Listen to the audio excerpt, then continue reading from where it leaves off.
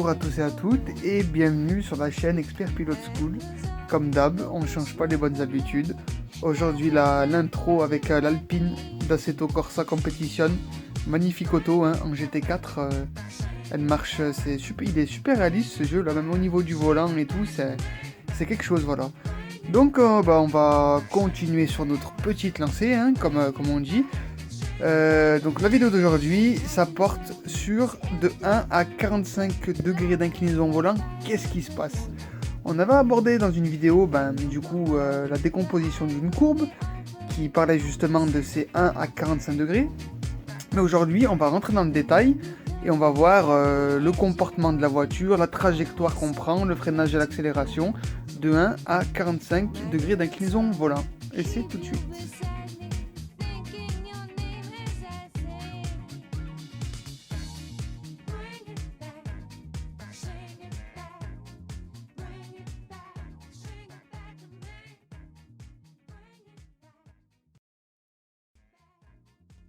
Donc si vous regardez cette vidéo sans avoir vu la vidéo sur la décomposition d'une courbe, je vous conseille dans un premier temps de regarder la vidéo voilà, sur la décomposition de la courbe, et puis après de revenir sur cette vidéo, ce sera plus clair pour vous. Voilà. Donc dans un premier lieu, qu'est-ce qui se passe de 1 degré à 45 degrés d'inclinaison volant? On va parler du comportement de la voiture. Donc dans une courbe, je vais chercher à avoir en fait une voiture avec un comportement un peu plus sous-vireur, c'est-à-dire qui glisse de l'avant, que sur-vireur. Ça veut dire que quand on rentre dans une courbe, donc on la mesure avec le volant de 1 à 45 degrés, on sait que c'est une courbe. Quand on rentre dans une courbe, on préfère avoir une voiture qui va glisser un peu plus de l'avant que de l'arrière. Pourquoi? Si elle glisse de l'arrière à grande vitesse, il faut savoir que quand on est dans une courbe, on est dans un virage quand même à grande vitesse, ça va être très très dur à rattraper. On risque au mieux de perdre du temps et au pire de sortir de la route et c'est pas très cool. C'est pour ça qu'on réaccélère très tôt dans une courbe pour rester à la limite des pneus avant. Voilà. Le fait d'accélérer, ça va charger l'arrière de la voiture et ça va décharger les roues avant. Voilà. Donc quand on prend une courbe, le ressenti se fait vraiment dans le volant. Il faut vraiment être attentif en fait sur le volant dès qu'on atteint la limite. Voilà. Et n'oubliez pas aussi que d'accélérer, ça charge l'arrière de la voiture, donc on donne de l'adhérence au train arrière. Et par contre, ça décharge l'avant de la voiture. Voilà. Donc maintenant qu'on a parlé du comportement de notre chère auto, on va parler de la trajectoire. Quelle trajectoire on prend de 1 à 45 degrés d'inclinaison volant? On va prendre une trajectoire dite géométrique en fait. On l'appelle la trajectoire à rayon constant. C'est une trajectoire avec un arc de cercle le plus grand possible qui touche le bord extérieur de la piste, le bord intérieur et l'autre bord extérieur de la piste. On aura un point de corde dit géométrique. Le point de corde, en fait, il se trouvera au sommet du virage, au point le plus haut du virage. Voilà. Maintenant qu'on a déterminé le comportement de la voiture, la trajectoire et le point de corde, comment on va venir rentrer dans cette courbe de manière optimale? En fait, regardez sur le graphique que je vous ai concocté gentiment, on se rend compte que en fait, venir rentrer dans une courbe, c'est pas seulement toucher le point de corde, mais c'est un peu avant et un peu après le point de corde, venir toucher la bordure. Ça veut dire qu'en fait, quand on rentre dans une courbe, même dans un virage ou dans une épingle, on ne vient pas rentrer dans le tournant, toucher un point et ressortir. On vient faire la trajectoire d'approche, s'approcher de notre point de corde, rentrer dans la zone de corde, donc toucher le bord de piste sans toucher le point de corde, toucher le point de corde, commencer à ressortir du virage, donc toucher encore la bordure, et sortir de notre trajectoire de sortie, voilà.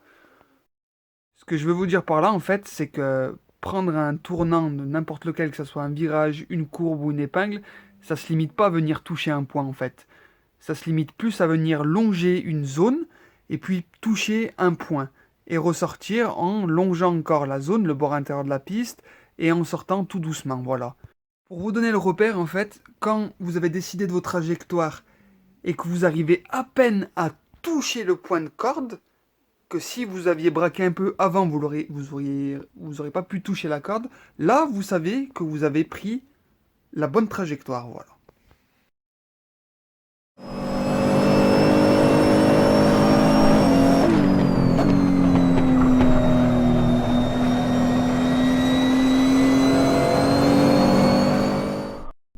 Allez, pour résumer rapidement, phase d'approche, je vais commencer à rentrer dans mon virage, trajectoire d'approche, je rentre dans mon virage, et tout doucement, je vais arriver au mi-d'entrée, je suis sur ma zone de corde, mon point de corde, je ressors, je suis encore dans ma zone de corde en sortant, et je vais commencer ma trajectoire de sortie, voilà. Vous avez bien vu, au mi-d'entrée et après mon point de corde, je longe encore mon virage, je suis dans mon virage et je le longe. Donc maintenant, pour résumer, parce que c'est quand même complexe, on connaît le comportement que la voiture elle doit avoir en courbe, on connaît la trajectoire, on connaît la façon de prendre la trajectoire, et maintenant on va parler de freinage et d'accélération. Donc maintenant, comment freiner et accélérer en courbe, parce que c'est quand même important, tant bien pour la sécurité que pour la performance.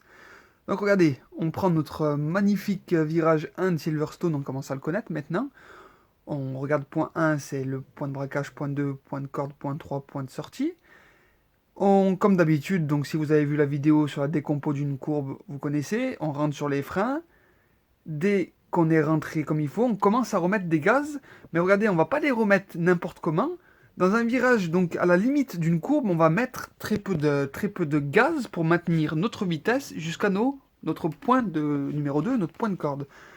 Dans un virage à 45 degrés d'inclinaison, donc la limite d'une courbe, on va être prudent sur les gaz parce qu'on en demande pas mal à notre train avant. On tourne pas mal avec le train avant. Donc si on met trop de gaz, on risque de sous-virer.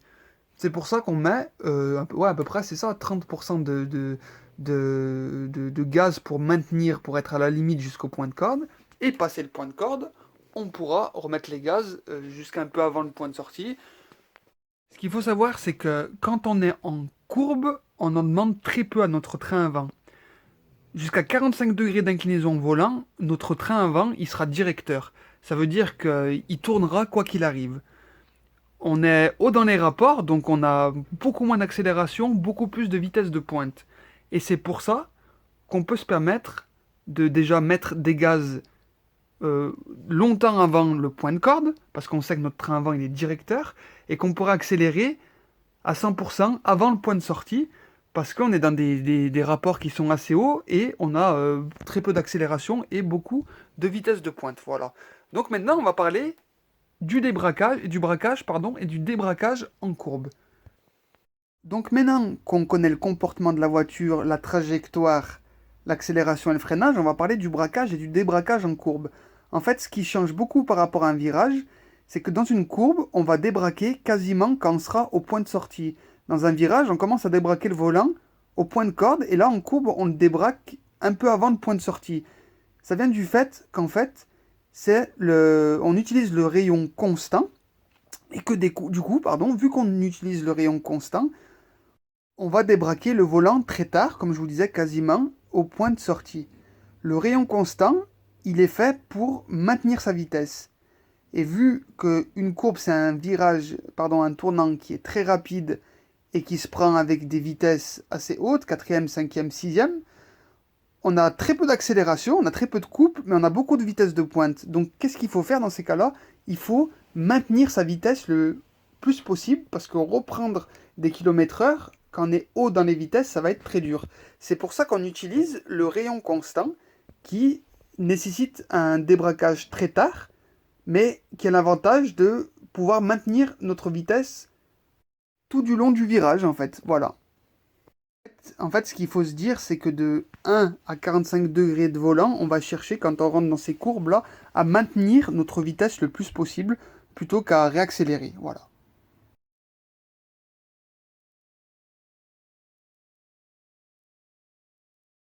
Si maintenant on regarde rapidement le plan que je vous ai fait du circuit Paul Ricard, c'est une courbe qui est encore plus ouverte, elle a 20 degrés d'inclinaison volant celle-là. Et regardez, on peut voir qu'on va freiner encore moins loin dans le virage et maintenir des gaz encore plus, donc là cette fois-ci c'est 50-60%, jusqu'au point de corde.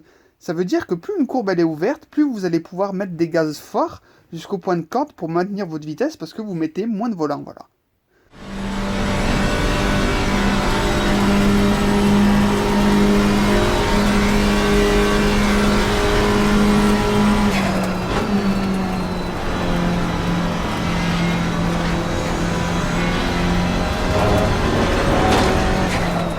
Allez, on se fait un petit résumé général ensemble. Donc, j'arrive dans cette courbe du Paul Ricard.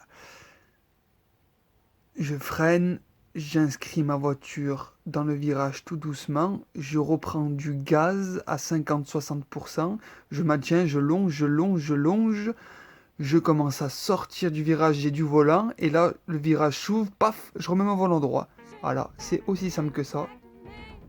Donc je vous mets un rapide résumé de ce qu'il faut retenir de 1 à 45 degrés volant. Maintenant vous allez être les pros là, ça y est, de la courbe, on a fait on a fait une bonne vidéo dessus là, c'est assez riche en contenu.